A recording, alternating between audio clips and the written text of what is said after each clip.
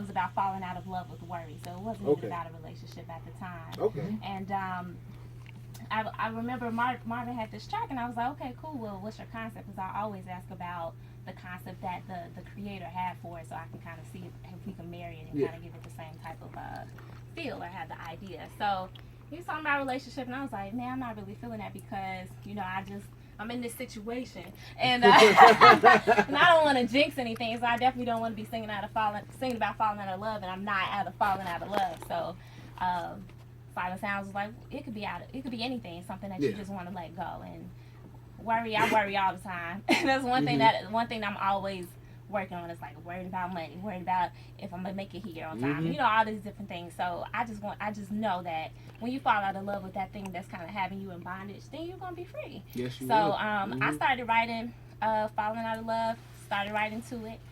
In the interim, me and Dude fell out of love.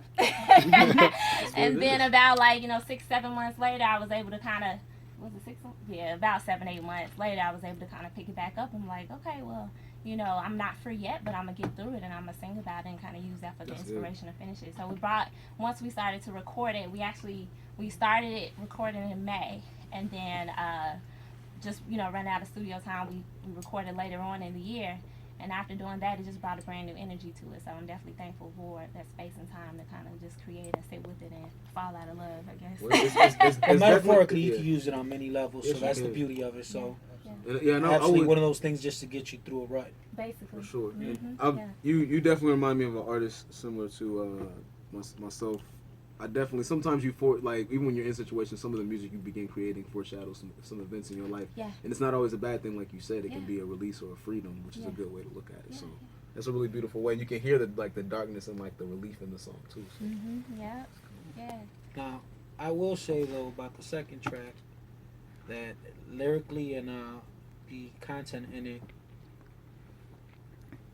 great, just really, really great.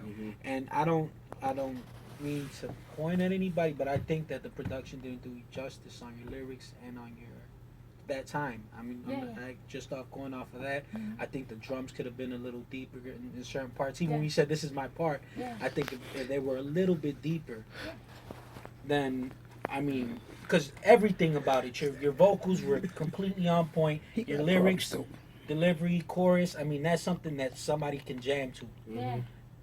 But they needed a little more. And that's okay, because it's still an unmixed track as well. So. Well, just keep it in mind, because that's a jewel. It's a jewel. Yeah, it is a jewel, but it's got to be smoothened out a little bit. Yeah, definitely. You know what it reminded me of? What's that? Stepping. Yeah, that's awesome. I can see that. And riding in a car with my mama, on Lakeshore Drive.